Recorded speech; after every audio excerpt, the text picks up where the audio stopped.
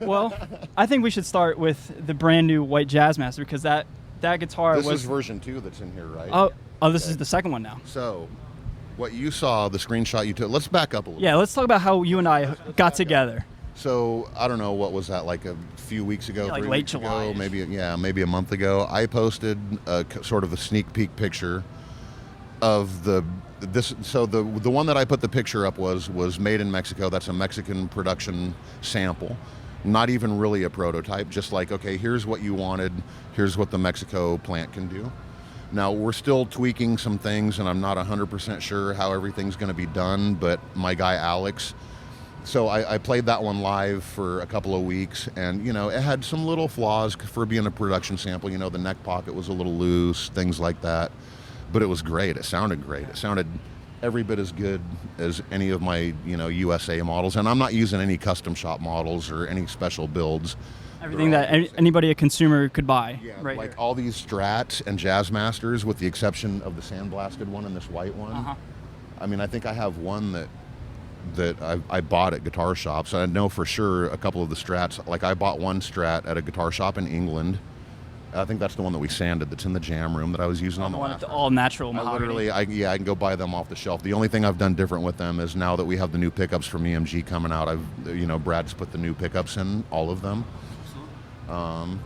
So anyways, I threw this picture up, and then I saw it showed up in my feed that I was tagged in, and I think it was your account that got tagged in it. And then I followed the link in his bio to the YouTube video, and I watched the YouTube description of it that you did. Right.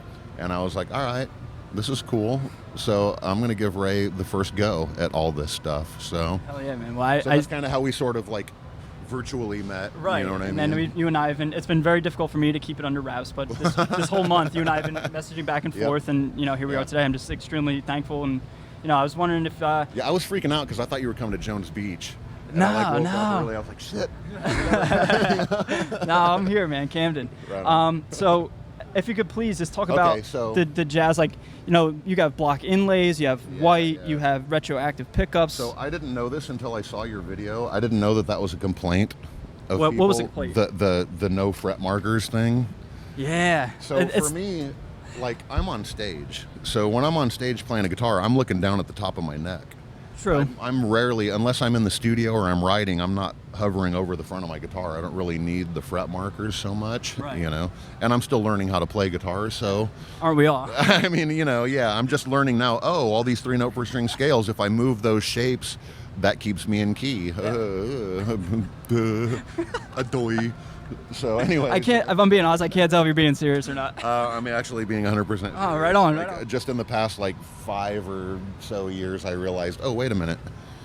If I move this, then I'm in key with the open strings and da-da-da-da. I mean, that was an epiphany because I've never wanted to be a learned guitar player. Never wanted to have the theory. I don't want to have that. I feel like that'll mess with the organicness of the way we write for Slipknot. You know what I mean?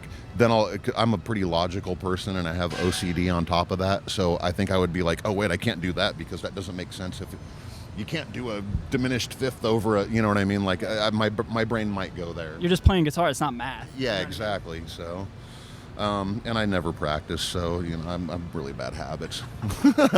Right on. So anyways, this is prototype. I'm going to call this version 1.5. We could call it 2.0, I suppose. So this one was actually built by Alex, and it's virtually identical to the Mexican production prototype that they sent me, production sample. The few complaints I had. Have you seen that guitar? Did you look at it all before? The first one? No, Right, I've not. Just, We should check. You should check it out Okay. so you can see the difference between them. So when I got that first one, just for my personal taste, the neck felt a little bit too thick. I wanted a narrower profile. I wanted it to be sort of in between a modern C Fender and a Charvel. So in between a modern C and a shred type kind of? Yeah. So the Charvels are very, very narrow, very wide. I don't know if anybody's ever played a Charvel. You know what I'm talking about. And I wanted to do the binding, and I wanted to do these inlays because, let's face it, it does kind of help if I'm back here like this, or if I'm doing this, or, rock poses or whatever. Full on rock mode. Yeah, it helps. Plus, it's got the luminol in the top here, so that Now you can see what you're doing. I can see what I'm doing when it's pitch black on the stage. It's amazing. How did you go around doing that prior to having I it would in place? take markers, Sharpie, and just like put Sharpie where the fret markers would be, you know. or Hey, it stuff worked. Like that, you know. So just creating this Jazzmaster, just kind of you wanted to have more of the same, but just a classier, newer, re-up look. Or? Kind of what started it was when we did the original Jazzmasters, we just did them in black. And a lot of people were like, what about the white one? And then for a while I was playing a red topped one. Well, that red topped one is now white, and it's in our other rig. I sent it back to Fender and I had it stripped down and painted white because I like, man, white guitars just look so cool, and they pop on stage, and yeah. It's like an old school Les Paul custom, like that white, like Randy Rhoads. And then when they start to kind of yellow a little bit, which this is the first one Alex ever sent me, and this guitar's got to be 12 or so years old. Right, those clips. But I mean, if you look at the difference. Yeah, and this one started out. This one started out color. exactly that color, Yeah. so you can kind of see how they sort of age, Pretty cool. It really and is. then they all do this because I use these DiMarzio clip locks. They all get that back there, and I love that. And this starts to happen. And right. Well, I'll show you my number one telly that it was the very first prototype telly I've ever had. Okay. And it's really cool looking because it's taken on all the places that where my arm hits, or like it changed color from like the dye of our coveralls, and I used to dye my hair and stuff like that, so it turned. And all it took all that characteristics is in there. Yeah, it's all in the guitar, and I think that's really important. Do you think Fender would ever one day down the road? I know you said it once before in passing. If the Jim Root signature custom telly would ever come to fruition? A girl can dream. I would love for that to happen, but I don't know that anybody would be able to like drop 10 grand on one of my guitars, or if they'd want to, but I think it would be cool. I think it'd be cool for me just to get one of those, to have them do that, to see how similar it sounds to the original one.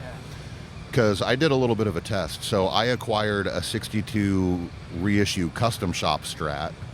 And when I was in Stone Sour, we recorded a record at Blackbird Studios in Nashville, and they had a real 62 Strat there, a freaking real one, hanging on the wall.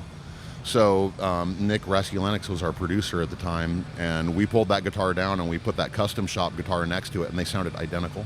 My mind was blown because, no two pieces of wood are going to sound the same, regardless if it's the same wood or whatever, but they sounded so similar we couldn't tell them apart. That's great. Yeah. That's, and this guitar is special because, a lot of producers really love it. It has like every spectrum of the EQ band in it that you hear, and every note chimes out.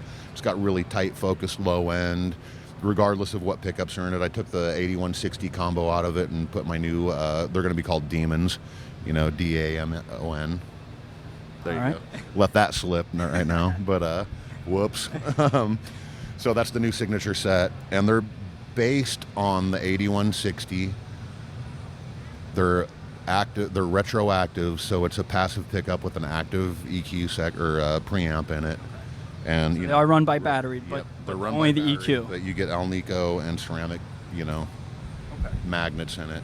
So when I'm using the Floyd, the strings stick to it. Oh, really? Very cool.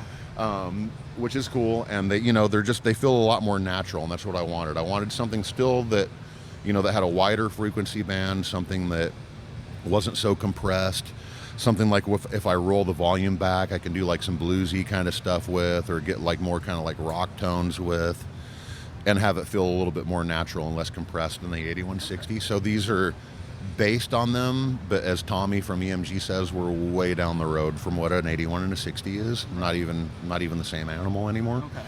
So is it just you just didn't want something that's like compressed, just like full on, just a metal machine? You wanted just dynamics and variety? I wanted a little bit of everything because, me, like my personality and me being a Libra, I'm on the fence about everything. I like the middle. That way, if I want to go mellow with it, I can go mellow. If I want to go insane with it, I can go insane. I'm using amps that have a whole lot of gain in them, so I don't need pickups that have a whole lot of gain in them. It's overkill. It is overkill, and I had like a het set in this red guitar for a while. That's what they sent it to me with, and those pickups had so much gain, it was too much for the amps that I'm using. And I'm thinking about what James uses, and it's like, he was using diesels for a while and boogies and whatever.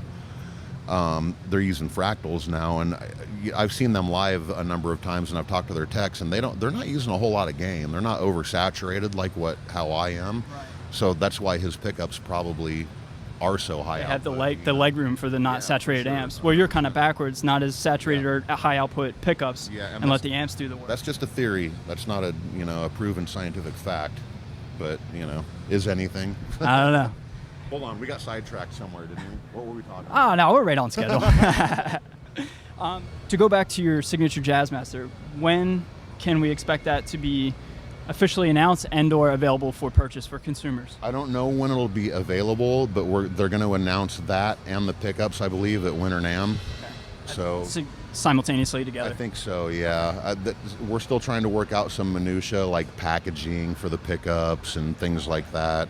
The marketing, the whole display. They also have to figure out how to produce the amount that they're going to have to produce, because they're going to be sold as a set, but they're also going to be sold to Fender to put in the signature model. So now EMG has to go, shit, we need to make, we need to figure out where we're going to produce these, how we're going to produce the numbers we need to produce to get to Fender, so that they have, Fender needs to let EMG know, okay, we're going to do production runs of like 500 guitars or whatever, so then they need to make 500 sets, type of thing. So they're working out all those kind of details, and like I said, this is prototype number, version 2, so we're still, I need to play this for the remainder of this tour and kind of feel it out and feel how it feels. And there's a couple of things that we're on the fence about. So the Mexican factory isn't set up to do compound radius, and all my Jazzmasters and Strats have a compound radius. All 12 to 16, right? 12 to 16, yeah. And we talked about just doing, so my production sample is a 12 radius. And I asked Alex to make this one with a compound radius. Not sure that'll be able to be available from the Mexican plant. I'm hoping, yeah, and that would also jack the price up. So, I mean, do I feel a difference? I do. I mean, I've been playing a long time, so I can feel a difference. But on a 12-degree radius, you can still jack the action right down on top of the frets, and it's, you can still get that shredder vibe from it. And it's not a 9.5, which you can also do, maybe not quite as as low as a 12, but so that's like one of the main things that we're trying to work out, along with just reliability and roadworthiness. That's kind of where we're at with this prototype, anyways. Yeah, I mean the neck feels more thin than your other, like your even than the Strats, you think? Yeah, absolutely. That's the Strats, they have like this not a bubble, but it has a little bit of girth. And that's that modern C shape, and I wanted this one to be kind of in between the Charvel and the modern C. Not so thin that it's... The guitar itself, I mean, like I said, the neck feels definitely wider, but I mean, apart from that, it feels like a Jim Root guitar in the sense that it feels the same. More the same with just cooler, newer features, you know what I mean? Yeah, and I don't really want to change stuff like so drastically that it's a completely different guitar, I think that's a little bit of a disservice to people that have already bought. Right. You know what I mean? Like if I was a kid and a new version came out and they just changed the color, I'd be like, fuck, I really want that color, but that's another $1,500, you know what I mean? Like, so I wanted to make significant enough changes that it would make it worth it if somebody wanted to upgrade or do something different, yet not so dissimilar that it's not like what I play and what I'm used to and what I've put out before, And then that is... And this is the original one. Okay. So this one, that's another difference I forgot about. So this has the 60s headstock on it, the smaller headstock. This has an actual Jazzmaster headstock on it, which... That was something that, it does look kind of goofy with that headstock on there, I think. After the more I look at it, the more it's like... This looks wrong after not having the jumbo. Yeah, and after having the jumbo one on the other ones, it's like, I don't know, it's kind of... But there you go, check that out. And so the neck... So you can feel the difference on the neck. The neck is way fat, almost not baseball batty, but... It makes it feel baseball batty, though, after you're playing that one, though, which is weird.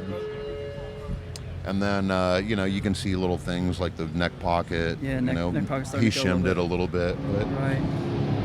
Yeah, but the frets are buttery, and this is a 12-degree radius. As well as this one 12? Or no, this one's 16. This one, I think, is the compound, the one that you were just playing. One thing I love about your guitars with the frets, they don't wear out because this is how giant they are. The jumbo frets, man, they're great. I mean, I've had yours for years, and man, I just not They're even great. remotely thinking about changing them out, getting them refretted or leveled or anything. Yeah, cool stuff, man. So sometime in 2020, we'll be expecting this. Yeah, and the weight of it is actually really good too. I noticed a lot of because I had them send me a bunch of my production tellies when we started I think it was All Hope Is Gone tour. And when I got them, man, they were like easily 5 pounds heavier than the prototype ones that Alex had made for me. Right. They were tanks, you know. Even the one I gave to Alex when he was working for Coheed, he's like, "Man, this thing's heavy." I'm like, "Yeah, it's the production ones. They're like really heavy for some reason, really dense, you know." Yeah. Yeah. But these, I mean, this thing. These are manageable. Yeah. I think they're, you know, I don't know if it's like this generation of mahogany that they found to make these with or what, but it's less dense. It doesn't feel dainty at all. Like, Yeah. You definitely know you have something. It's a substantial guitar, no doubt about it, you know. But then again, I'm 6'6", 225 pounds, so 5'8", 160. yeah, So heavy's relative. right. Well, very cool, man. So yeah, so 2020 at some point we can expect to have these, right? I think so. I hope so. Yeah, you and me both. Man. Depending on if, you know, after I get a chance to like kind of mess with this new version, and then send feedback to Alex about, you know, the things that I like or dislike about it. But other than that, I mean, even this guitar, frick, I love it. I mean, I've been playing it since I got it. Right. Yeah. You know, so. And the comparison just between 1 and 2, I mean, it's not night and day. It's not huge, Like, you if know. you didn't tell me, I'd figured it out eventually. But you know what I mean? Yeah. It's like just the neck. Apart from the neck, Yeah, it doesn't feel the like neck is really the main difference, Yeah. you know. Other than that, and I guess the headstock as well, Yeah. the different shape. But sonically, they're really, really, really close. Weight-wise, they're really, really close. So do you think the one people can buy will be almost like this one in a sense? Just I think it'll be 12 with the thinner neck profile. Hopefully, yeah. Okay. It'll have a thinner neck profile. It'll probably most likely end up being the 12-degree radius, and it'll have an actual Jazzmaster headstock. And then it'll have my pickups in it, and just be a big white slab of mahogany. You know?